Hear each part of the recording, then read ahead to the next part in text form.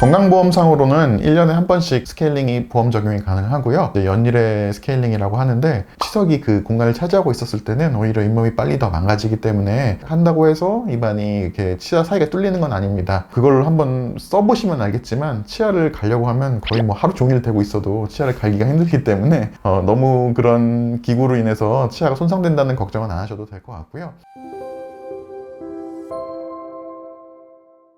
예, 안녕하세요. 환자분들의 구강 건강을 지키기 위해 최선을 다하는 서울 라이프치과 원장 김신근입니다. 오늘은 치석을 주제로 이야기를 나눠보도록 하겠습니다.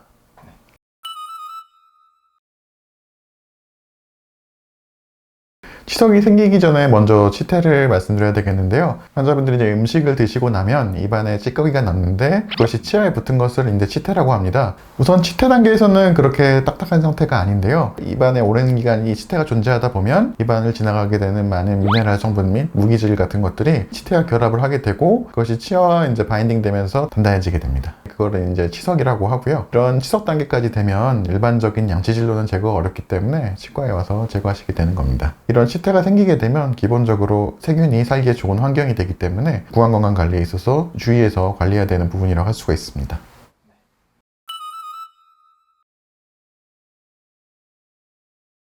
기본적으로는 당연히 이제 양치질을 잘 하는 게 우선이겠고요. 근데 100% 양치질만 가지고는 이제 완전히 제거할 수가 없기 때문에 치과에 꾸준히 와서 스케일링 및 잇몸 치료를 해주시는 것이 가장 제거하는 데 좋다고 할 수가 있겠습니다. 특히나 요즘 많이 사용하는 워터픽이라든지 아니면은 치간 칫솔 또는 치실 등을 사용해서 구강 건강 관리를 꾸준히 하시면 치석이랑 치태가 쌓이는 속도를 많이 늦추실 수가 있습니다. 구강에서 사용하는 가글 용액 같은 경우 특히나 이제 리스테린이나 가글인 같은 제품 같은 걸 사용하셔도 물론 도움이 되는데요. 근데 리스테린 같은 경우에는 이제 너무 자주 사용하거나 장기간 사용하게 되면 치아에 착색이 되는 경우도 있기 때문에 조금 주의해서 사용하셔야 되는 부분은 있습니다.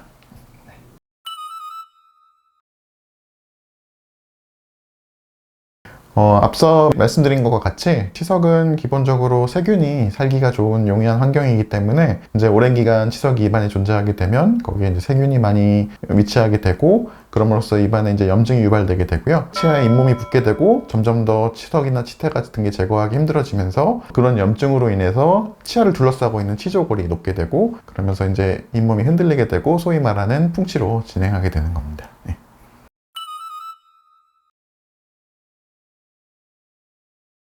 스케일링은 사실 뭐 누구나 다 받으셔야 되는데요. 치과를 다니시거나 검진을 받아보셨을 때 특히나 아래 앞니로 많이 판단할 수가 있는데 조금 걸쭉한 찜이 나오다 보니까 치석이 유독 많이 쌓이는 부분입니다. 그래서 육안으로도 이렇게 약간 보시면 누렇게 쌓이는 분들이 있는데요. 보시기에 좀 자주 쌓이는 것 같다든지 아니면 치과에 갈 때마다 치석이 좀 잘 생기시는데 특히나 아래 앞니 같은 부분에 많이 껴있다 이렇다고 하시는 분들은 조금 더 자주 가셔서 잇몸 치료를 받으시는 게 좋겠습니다.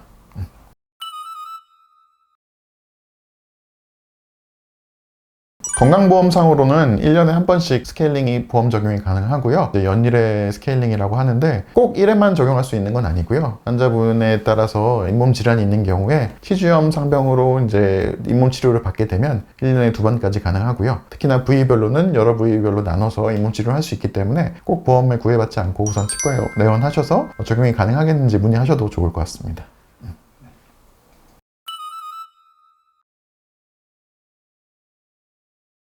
특히나 오래전에 스케일링 받으셨던 환자분들 중에서는 스케일링 받고 났더니 치아 사이가 뻥 뚫렸다든지 아니면 이가 시려졌다 이런 이야기를 하시는 분들이 많은데 치석이 치아 부분을 차지하고 있었기 때문에 뚫리는 느낌이 나는 거고요. 뚫리는 느낌이 없이 오래도록 치석이 그 공간을 차지하고 있었을 때는 오히려 잇몸이 빨리 더 망가지기 때문에 한다고 해서 입안이 이렇게 치아 사이가 뚫리는 건 아닙니다. 스케일러라는 기구로 이제 저희가 치석을 제거하게 되는데 그걸 한번 써보시면 알겠지만 치아를 갈려고 하면 거의 뭐 하루 종일 대고 있어도 치아를 갈기가 힘들기 때문에 너무 그런 기구로 인해서 치아가 손상된다는 걱정은 안 하셔도 될 것 같고요. 저희 라이프 치과에서는 스케일러의 파워를 조절할 수 있는 장치가 있기 때문에 환자분에 따라서 유독 싫어하시거나 힘들어하시는 분에게는 저희가 세기를 조절해서 스케일링 해드리고 있기 때문에 걱정 없이 오셔도 될 것 같습니다.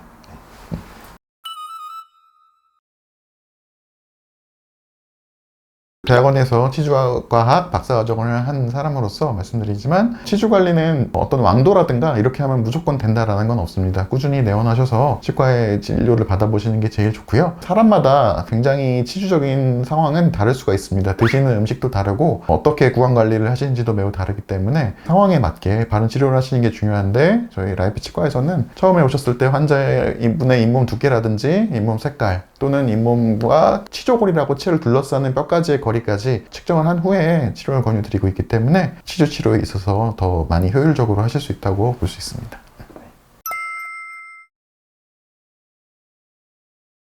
오늘은 치석과 치주질환이라는 주제를 가지고 여러분께 말씀드렸는데요. 치주질환의 관리는 당장 늦었다고 생각하는 오늘이 제일 빠를 수 있습니다. 생기는 치태와 치석을 방치할 경우에 최종적으로는 안 좋은 결과로 이어지는 경우가 많기 때문에 늦추지 마시고 치과에 오셔서 진료를 받아보시기를 추천드립니다.